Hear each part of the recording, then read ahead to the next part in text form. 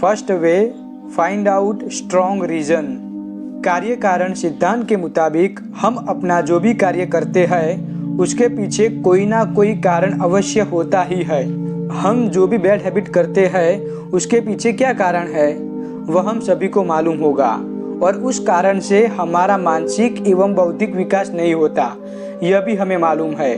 इसलिए हम bad habit को छोड़ना चाहते हैं। इसके लिए सबसे पहले find out a strong reason, क्यों हम बैड हैबिट को ब्रेक करना चाहते हैं। रीजन हमें इसलिए ढूंढना होगा क्योंकि हमारी बुद्धि को अगर रीजन मालूम होगा तो हम जब भी और जहाँ भी बैड हैबिट करने की शुरुआत करेंगे तो हमारा इंटेलिजेंस हमारे सामने उस रीजन को लाकर खड़ा कर देगा।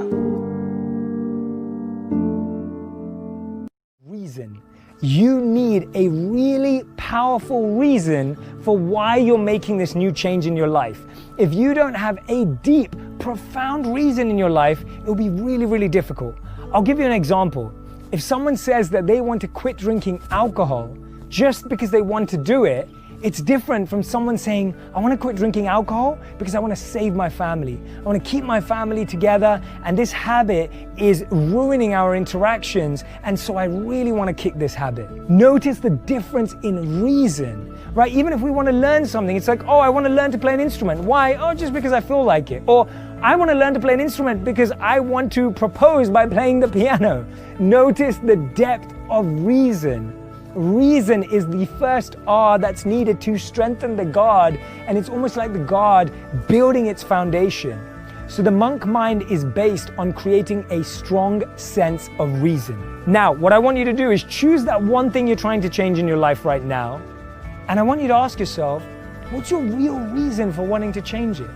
What is your deep reason for wanting to change it? Now, our reasons can also be negative or positive. A negative reason can be revenge, or a negative reason can be getting our own back or showing people, right? It's kind of like that look at me now kind of feeling. And we know that in the long term, that won't satisfy us because, again, we're seeking validation from someone feeling differently about us. But our reason being for people that we love, our reason being for ourselves, our reason being a really heartfelt, deep internal belief that if we don't change this, it's not going to be good for us or the people we love. जैसा कि कोई बंदा है जो bad habit के चंगुल में फंस गया है और वह गवर्नमेंट एग्जाम की तैयारी भी कर रहा है। हमारे फर्स्ट वे के मुताबिक वह सोचता है कि मेरा आईपीएस बनने का जो सपना है उसके बीच मेरी बैड हैबिट आती है। मेरे माता पिता जिनको मेरे पर पूरा विश्वास है और मैं उनके इस विश्वास को नहीं तोड़ूंगा, और साथ में आईपीएस बनने के बाद मैं अपने परिवार का सोशल स्टेटस एवं रेप्यूटेशन बढ़ा सकता हूँ। इसके साथ मुझे अपने देश की सेवा करने का सबसे बड़ा मौका भी मिलेगा। ऐसे सोचने के बाद वह बंदा बैड हैबिट पर कंट्रोल कर सकता है लेकिन ब्रेक नहीं कर सकता।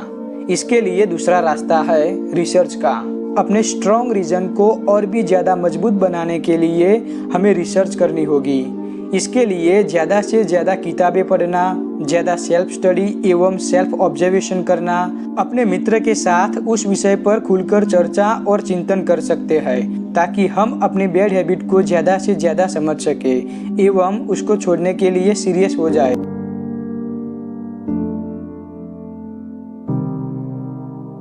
Is research.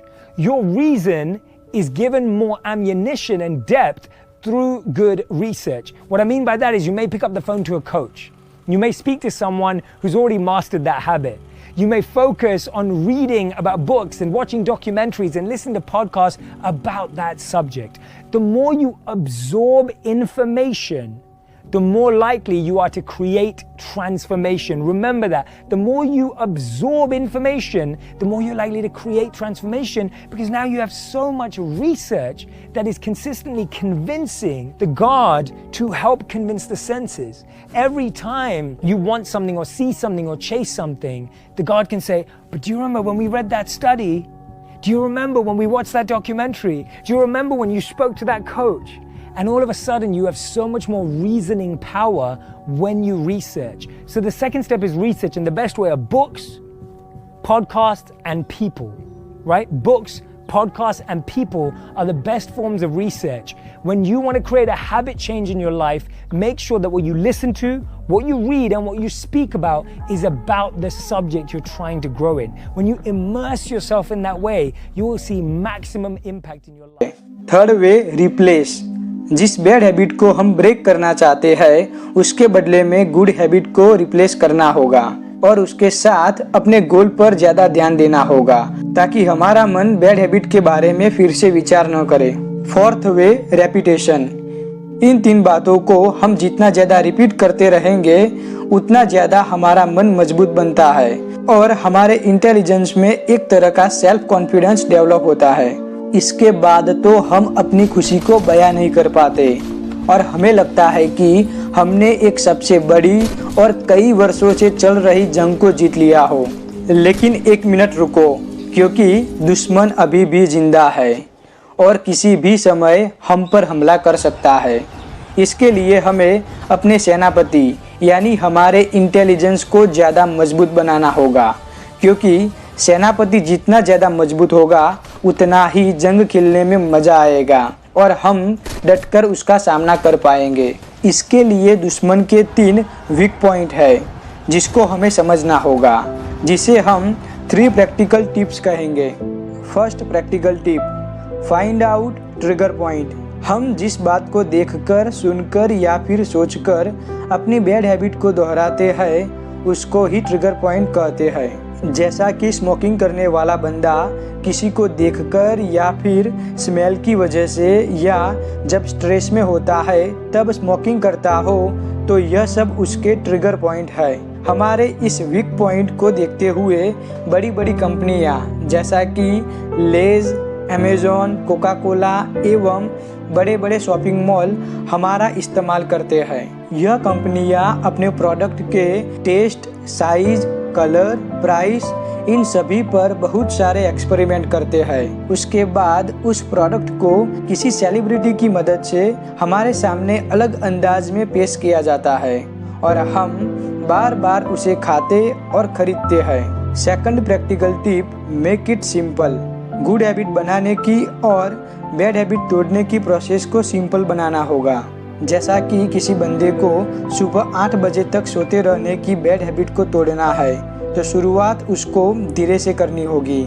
उसके लिए 8 बजे की जगह 7:45 को उठ जाना, फिर 1 हफ्ते के बाद 7:30 को, फिर 7:15 को, फिर 7 बजे।